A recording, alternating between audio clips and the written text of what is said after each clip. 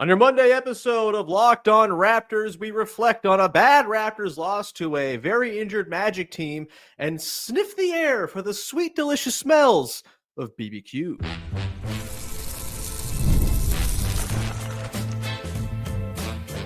You are Locked On Raptors, your daily Toronto Raptors podcast, part of the Locked On Podcast Network. Your team every day.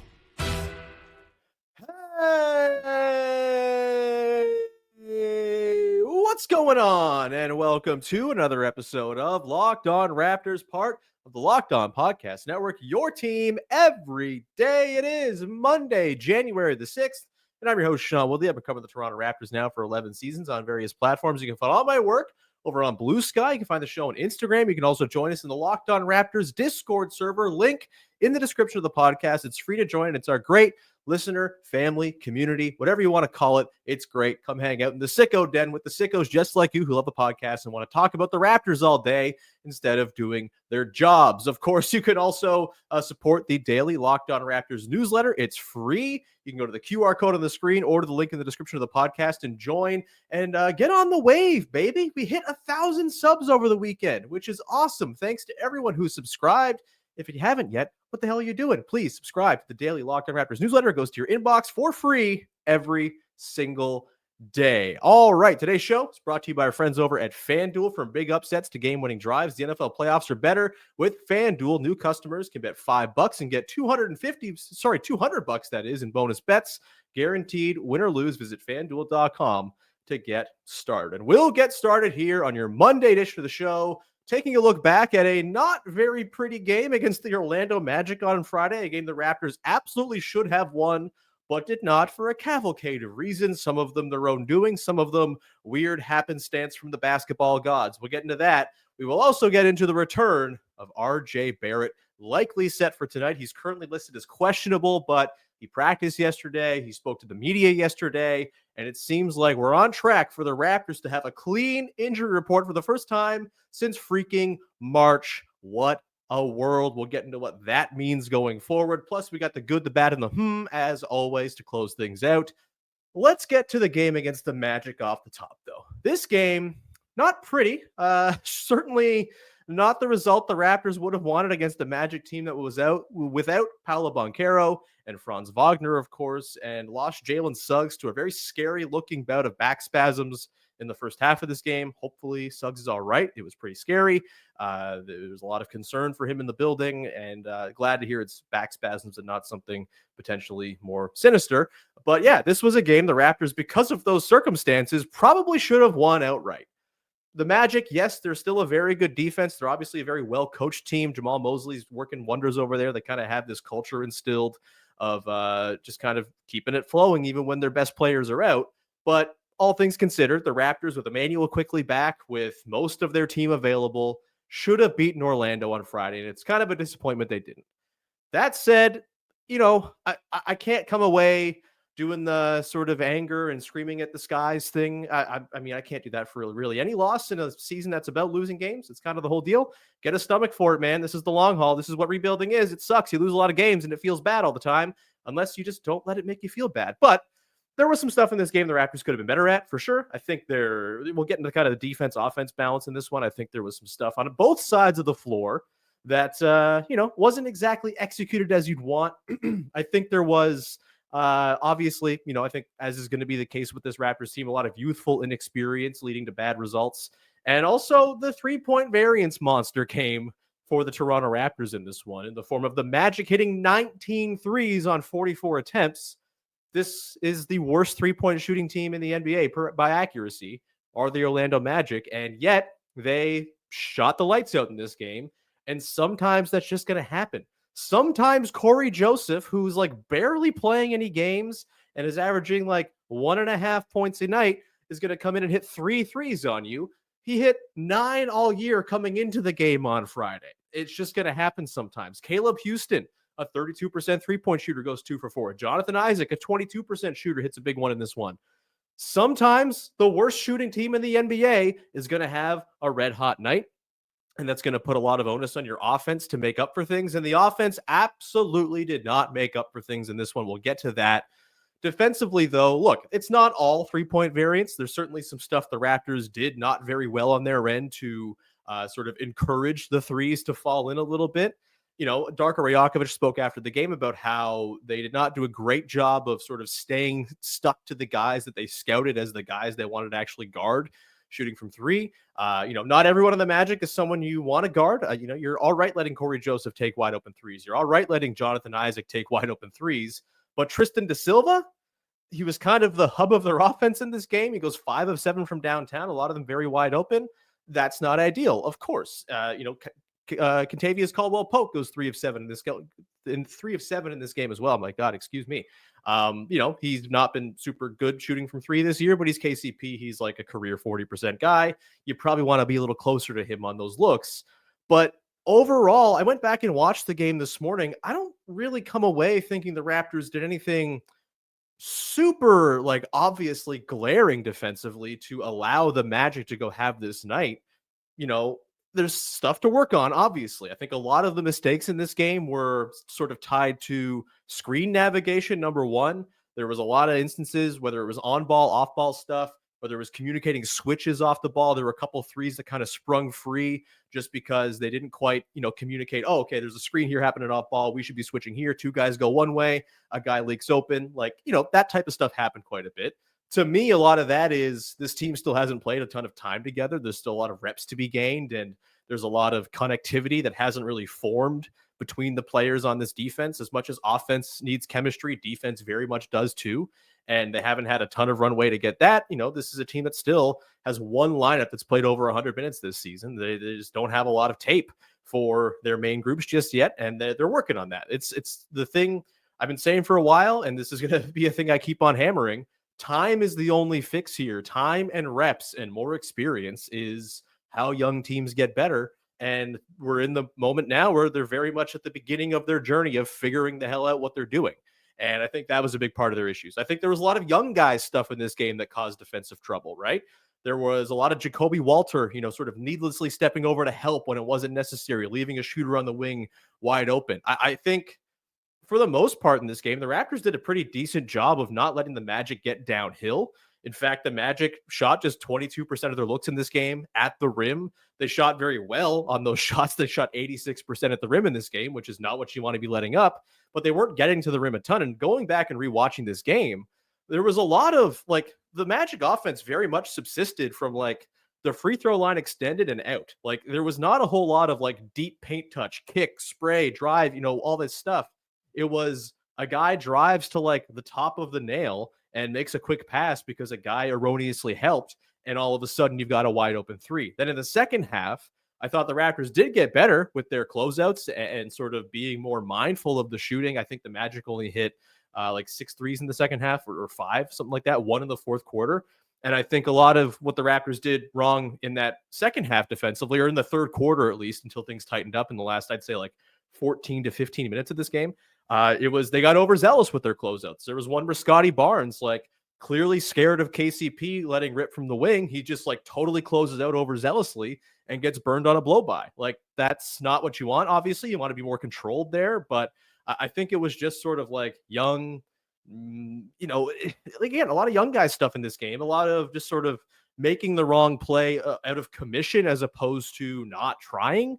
I think there was a lot of, again, sort of erroneous help given. There were times where Corey Joseph or Cole Anthony's coming around to screen. They don't really have the edge on the guard. And yet, again, the guy's kind of stepping over to the nail to help. Jacoby Walter did that a couple times. Jamal Shed did that a couple of times. I thought Jamal Shed had some issues in screen navigation himself in this game. There were even some threes where it's just all right, credit to you for hitting that, big dog. Jalen Suggs in this game had one where he's sizing up Ochai Agbaji. He doesn't get a screen. He doesn't get an action. He just kind of drives into Ochai Agbaji. Doesn't even really shake him or do a step back. He just kind of pulls up with Agbaji in his face, and the ball bounces around and goes in. 3-point variance is going to happen sometimes. And it felt like it was kind of the tail of this game for the Raptors on defense. A lot of stuff that I think will get ironed out with more time played together and with just experience and not being super young. Gradey Dick was really bad defensively in this game. We'll talk about him later on in the show. But overall, I think the defense, they gave up 106 points. That's not a ton in today's day and age. And I think, their interior defense was solid enough, or at least preventing guys from getting on the interior. Part of that is no one really has downhill juice on this Magic team in their current form. But yeah, sometimes guys are going to hit threes. Sometimes Corey Joseph's going to have 3 threes on your head. And it's okay. Congrats, Corey Joseph. Good job on the revenge game, old pal. I thought the Raptors offense in this game didn't do themselves any favors, right? The third quarter in particular, I thought the offense just looked very much like a bunch of guys who haven't played much time together. Even like Quickly and Yak, who in the first half had a couple sequences of nice chemistry, 2 or 3 just like weird miscommunications of when's the pass being delivered, where's the screen being set, all that stuff caused a couple of turnovers. I think it was very sticky. They haven't quite gotten back to playing Darko ball on offense. And I think that's going to come. We saw this last year, right? They sort of schooled in the repetitions over time, and the offense really kind of found its form as the year went along. I think in this instance, right, like there's still a lot of the remnants of the stagnancy that seeped into the offense during the Scottie Barnes, please save us era of this team in December, where he was playing point guard at a position out of necessity. And there wasn't a whole lot of like intricate stuff going on with the offense because you were down shooters, you were down Pirtle, your most important screener and elbow action guy. And so I think they're kind of getting back to their stuff. Hopefully RJ Barrett coming back tonight helps expedite the process. But yeah, I think the offense was just as much a problem as the defense in this game, if not more. I think that, there were some sequences where they just got sloppy. The transition in this game, not very good. They also gave up a ton in transition to the Magic, by the way. The Magic scored like 1.9 points per possession in transition in this one per clean the glass. That's, again, speaks to sort of lack of communication going back on the defensive end, just kind of needing your head on your shoulders. It's tough, right? Like there's also like sometimes Emmanuel Quickly is going to go 1 of 9 from 3. And you just got to say, well, that sucks. That's negative variance that goes against us while another team is having an insane variance night. Emmanuel Quickly is a 40% 3-point shooter. He's one of the better 3-point shooters in all of basketball in terms of volume plus accuracy. And he went 1 of 9, like all very wide open looks to my eye, like a lot of wide open in the corner, pulling up from near the logo, but like totally within the flow and wide open, uncontested stuff. Like that's stuff that Quickly's going to get to fall. He got it to fall as recently as his first game back on Wednesday. And it just felt like the rhythm wasn't quite there for him in this one. Darko talked about it after the game, like the first game back from injury, very often, sort of adrenaline powers you through any rust. And then it's sort of the second, third, fourth game where you got to find that rhythm again. And Quickly, I think, has always been sort of deemed a bit of a rhythm player.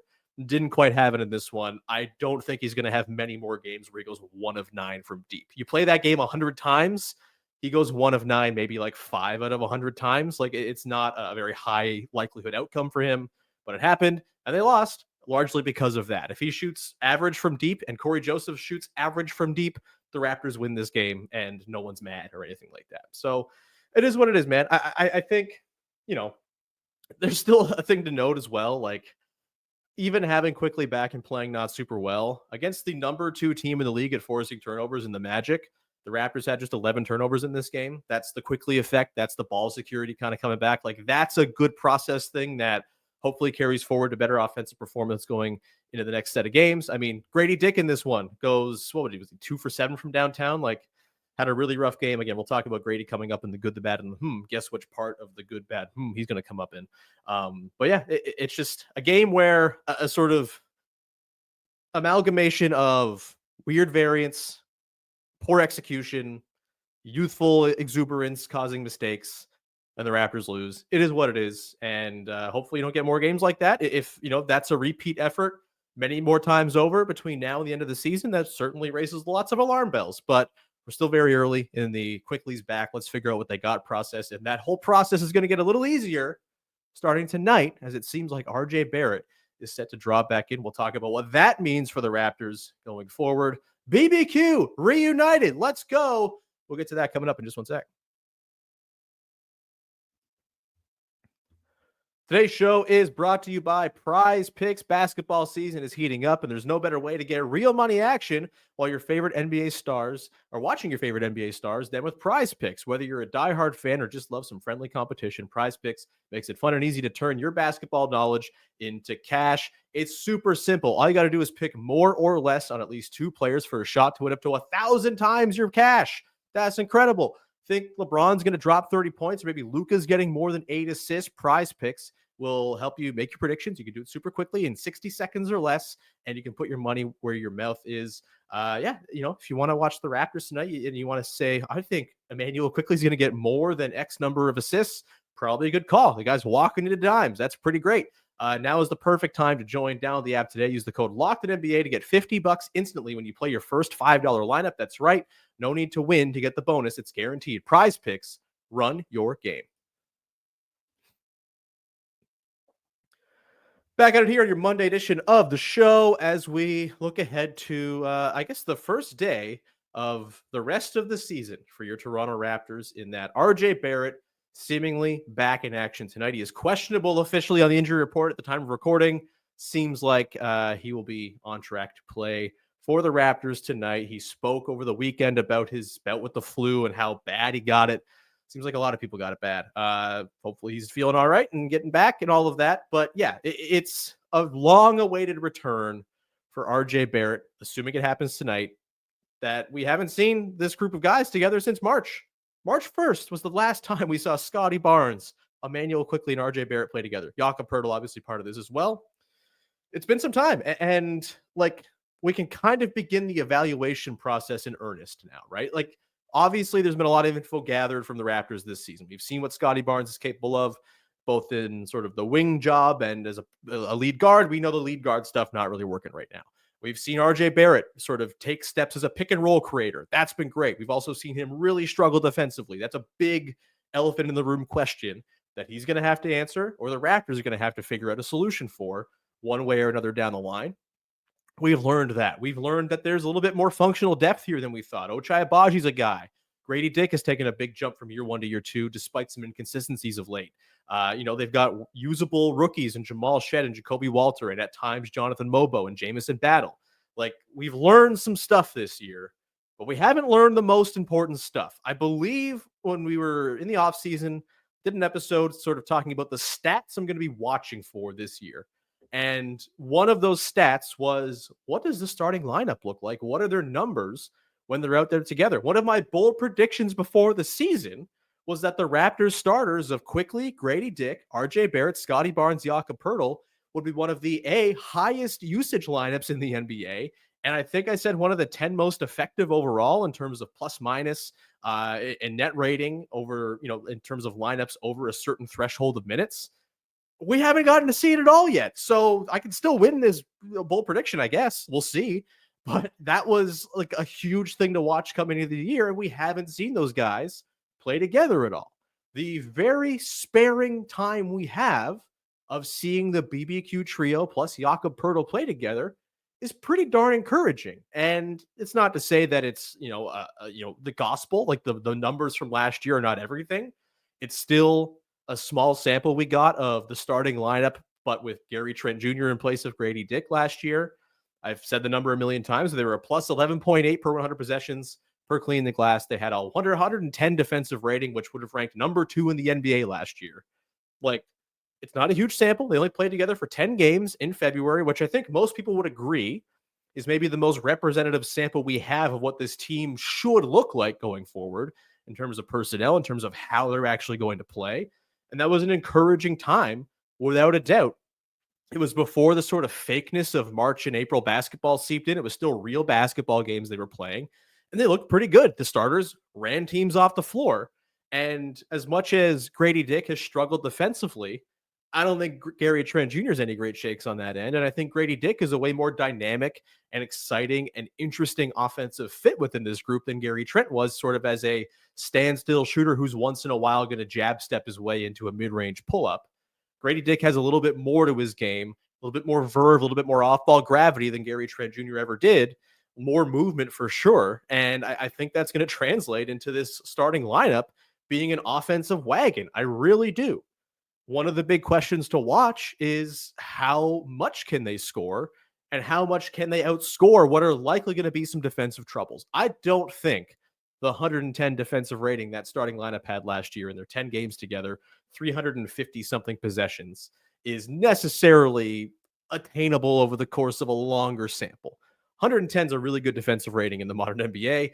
And I think, they're going to be in for a bit of a rude awakening if, RJ Barrett and Gradey Dick are playing the type of defense on the wing they've played so far this year. That's going to get scouted. It's going to get picked at. And as much as I think Scottie Barnes and Jakob Poeltl just as a duo provide a pretty decent floor for a defense, they're not giving you like a top 10 floor, and they're not covering up for all of those mistakes. I also think Quickly, I think Quickly's got a lot of defensive, untapped defensive upside. I think as a rotational sort of team defender, he's very strong. He's a good communicator on the ball. I think we saw in that Magic game, there's still some trouble with him in screen navigation, staying in front of his guy. That's kind of a hit and miss thing. I think he can get better at it. He's a guy who's pretty elusive. He can get skinny over screens. I think there's a better defender and Quickly than we've seen him. There's 5 years to figure it out while he's on this deal, but he's here for the offense first and foremost. But can you have 3 guys at the 1, 2, and 3 who are there for their offense first and foremost?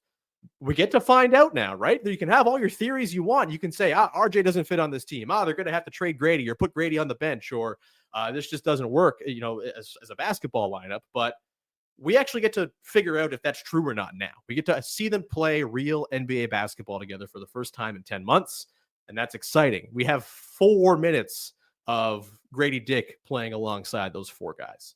Nothing. So, yeah, you can have your sort of inklings and expectations of how this is going to go. I think we're generally pretty bad at predicting things overall in the general NBA discourse. I think we're really good at reacting to things that have happened and not so great at foreseeing what's to come. And so now we get to actually see concrete information and gather it. And that is a huge thing. We also get to see, potentially different variations of the Raptors starting 5, right? Whether it's in closing lineups, whether Darko mixes and matches based on matchups. I think, we could see Ochai Agbaji potentially. Maybe he gets the call to start in place of Gradey Dick at some point. I know it's fashionable to say, RJ can't start. RJ's got to be the guy who goes to the bench and, he's like your super powered 6th man or whatever. I don't think that's happening. I don't think you're benching RJ Barrett, frankly, but maybe Ochai Agbaji sort of stakes out a claim as the guy who fits in for Gradey Dick. He's still hitting threes. Maybe he's not as dynamic an offensive player, but maybe you don't need that. Maybe you just need the defensive stuff that he brings. And then Gradey Dick becomes more of a super sub, and maybe he closes some games. This is the thing. Starting lineup, closing lineup, they can be different things, and that's perfectly fine as well. We get to see how Darko Rajakovic plays around with it. We also get to see if Darko, for as long as this team stays healthy, which, knock on all the wood that it happens for more than a game, because, this is not something the Raptors have been able to kind of have for long stretches. They can't have nice things over the last couple of years, unless it's the early part of last year where the team everybody hated had perfect health, and it was great. We loved it. But yeah, we actually get to see now over a stretch what Darko does rotation-wise, right? How does he manage a rotation over the course of a game? Does he find a more rigid rotation where he's able to kind of roll out the same guys, Dwayne Casey style, at certain times in the game that he wants to see them, and get some patterns to the game and some rhythm down and give guys role definition? Like, this is all stuff that with the revolving door of guys in and out of the lineup over the last 10 months has been really hard for Darko Rajakovic to establish. So we're going to learn a lot about Darko here too. Can he craft a defensive system that is coherent and makes sense and takes advantage of the strengths and covers for the weaknesses of his guys? We'll see that here too. It's info gathering season here, baby. And very much looking forward to that. Hopefully they can get off to the right foot tonight. I do think the offense is going to whip. I really do. I think the fit of Quickly, Barrett, Barnes, Poeltl, Dick is just, it makes a lot of basketball sense. It makes a lot of sense in terms of shooting dynamics. It makes a lot of sense in terms of pick and roll craft and different ways they can go and attack defenses. They're going to be able to have second and third options within possessions that are interesting and exciting and dangerous and that make defenses think. I think the further establishing of that Quickly Barnes dimension is going to be huge. And I think we've seen some pretty good early returns of that, even though there were a couple instances of rough chemistry, previously in the Magic game. There were also a couple sequences where it's like, okay, Quickly runs pick and roll with Barnes and gets downhill, and he gets great a lane way to the bucket, draws help, and then boom, hits Poeltl coming down the lane for a dunk. Like, there'll be a lot of possessions like that where just the gravity of the different guys on the floor, the way their skill sets fit with one another, are going to lead to a lot of good things on offense. The defense, that's the big question mark. That's like the circle it and sort of watch it thing with this group. And the nice thing is, like, they have actual runway here to figure it out. And if it doesn't work, they got other ways they can go and approach it. They can try different guys in that spot. They can try Ochai Baji. Hell, they can try Bruce Brown. Like, they can get creative. And so I'm just excited to watch real team play real basketball with the guys it's supposed to have. It's a beautiful thing. And hopefully, maybe the information won't be good. And that changes the decisions and it alters the course. But that's all important. That's all part of what this season's about. Even if it goes poorly, getting that information is important to then go and do whatever they're going to do this summer to then adapt to that. It's nice that they haven't gone the entire season without getting that opportunity. We'll come back on the other side, round things out with the good, the bad, and the from the game against the Magic, and send you off into the rest of your Monday ahead of the Raptors Bucks game tonight. We'll do that coming up in just 1 second. Today's show is brought to you by our friends over at FanDuel. From big upsets to game-winning drives, the NFL playoffs are better with FanDuel, the number one sports book in North America, because right now new customers can bet $5 and get $200 in bonus bets guaranteed. That's $200 in bonus bets, win or lose. The FanDuel app gives you everything you need for live bets, same game parlays, and so much more. I'm thinking I might even get back into watching the NFL playoffs at some point this year. Maybe not the first round. I haven't been a fan for years. I might dive back in and just like adopt the Bills as my team. I'm close to them. I'm in Hamilton. I'm reasonably close. Geographically, it just makes sense if I just become a Bills fan and not the Titans fan my dumb 7-year-old brain decided to be way back in the day. And maybe I'll want to throw some money down on the Bills or the team that the Bills are playing and do the happiness hedge with my new favorite team and say, hey, maybe they're going to lose to the Chiefs again. But if I bet on the Chiefs to win and the Bills lose, at least I get some money out of it. And I'm not like that diehard a fan. So it's really a pretty good proposition. Either way, just visit FanDuel.com to join today and get started with $200 in bonus bets. That's FanDuel.com. Make this playoff season unforgettable with FanDuel, an official sportsbook partner of the NFL. Wrapping things up here with the good, the bad, and the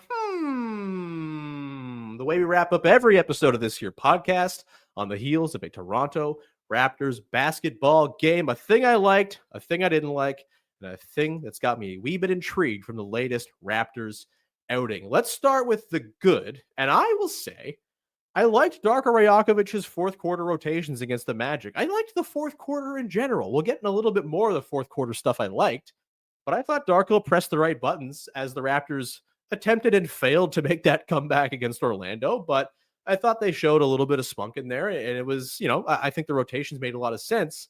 I'm not someone who likes watching Davion Mitchell play basketball generally, but I thought he was used very well in this game, and I thought this was kind of the perfect use case for Davion Mitchell. You're having trouble defending the point of attack. You're getting stuck on screens. Davion Mitchell's your best guy for that. He's someone who, with Quickly and Barnes out there, no need to ever have him run a possession. That was the bane of my existence for the first part of the year, was watching Davion Mitchell play point guard. I said it in the offseason. I think that's held up throughout the year. He's much better as an off-ball defensive pest who maybe knocks in the odd catch and shoot or cooks a guy on a drive off the catch and gets to the cup with his first step. Like, that is the way to use Davion Mitchell, and he was used as Davion Mitchell should be used by Darko Rajakovic in the game on Friday. He's hitting his threes lately. That's nice to see. You think he's up to like 33, 34%. Hey, you nudge that up a little bit more, and hey, he might have a very nice little trade piece going into the deadline for a team that needs some defensive juice. We'll see. Either way, I think the way that the Raptors used him in this game, kind of playing with Quickly, I think made a lot of sense too. And I liked that Darko ran with him in that fourth quarter. I also thought that, and it should be said, Mitchell also got cooked by Cole Anthony on the bucket that more or less sealed it at 101-87 with like 4 minutes left. So it wasn't perfect, but again, I liked the use, I liked the process there. And I also think he did a good job of having like in-game feel Darko did of, when to keep a guy in. There was an instance in the middle of the quarter, I think it was like 5.5 minutes left, 6 minutes almost, where Jacoby Walter hits a three at the top of the arc. And at that time, Gradey Dick had just come up to the scorer's table, was about to check in. And as soon as Walter hit that three, Darko pulled Gradey back and sat him back down. And I thought, based on how Gradey had played in this game and how Walter, who, look, I think he was a disaster defensively in the first half of this game. I thought in the fourth quarter, he really tightened things up, was a lot sharper with his rotations, better on the ball. I thought he played a good fourth quarter. I thought he offered, again, that sort of defensive uptick that they badly needed after 3 quarters of kind of being butter soft. And I think it was a good call by Darko to say, hey, let's ride with Jacoby. He hit that three. He's feeling it.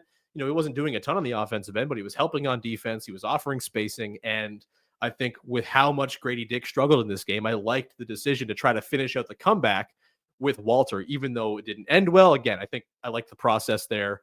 And I thought that's learning in game for Walter, right? Really rough first half, got stronger as the game went along defensively. You like to see that type of thing. So yeah, good rotations from Darko. I liked how he handled the fourth quarter in this one for sure. The bad, Gradey Dick. Rough one from him here, man. Defensively, getting put in the turnstile a lot. There are a lot of plays, way too many plays for an NBA basketball player where he somehow ends up with his back facing the ball. Not what you want. Just kind of like, oh, I've lost the play. I don't know where. Oh, okay, I'm back. Like, that's not good NBA defense. That's not good high school defense. Like, that is stuff you got to clear up if you're Gradey Dick. I thought he was pretty rough defensively in this one. A couple of blow-bys here and there. It is what it is with him, right? I think the team defense stuff with him has always been good. He still hawks steals. That's a good thing he brings to the table. But I thought he was real ugly at the point of attack, getting caught on screens and getting lost off the ball, stuff like that. He's got to be better for sure if he's going to hold the spot in the starting five, at least for the rest of this season. We'll see how things progress. Guys get better. He's 21 years old. He'll get stronger. He'll get smarter, all that stuff. But yeah, really rough stuff there. And offensively, man, like the rim finishing stuff, leaving a lot to be desired. I know that there's this graphic going out how he's the worst rim finisher in the NBA, which is crazy considering he's also like probably top 10 in the NBA and crazy ass, incredible finishes at the rim. It's very much feast or famine with him when he goes to the bucket. 0 for 4 on his twos in this game. And yeah, it feels like it's been a minute since we've seen Gradey kind of get to his office, the sort of mid-range pull-up that he was canning all season long to start the year. I think he's still kind of adapting and finding his role within this offense that all of a sudden has its players back.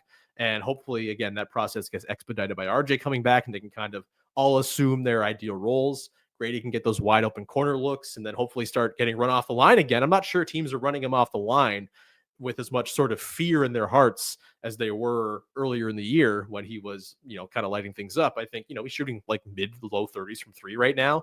Not super representative of his shooting talent for sure. I think he's better than that. He's going to have a streak here where he goes nuts. But right now, I think scouting reports are a little less worried of running him off the line and letting him into that office where he's going to kill you from the mid-range. And so, we're seeing him struggle and kind of adapt to the scouting report. It's a thing guys got to do. And so that's where we're at. With Gradey, yeah, he's the one whose spot is probably most up for grabs in the starting five if things don't go well here out of the gate. Rough one from Gradey Dick, but also he was really good last Wednesday against the Nets. So that's life as a 21-year-old in the NBA. Young teams, man, they're bad and they take time.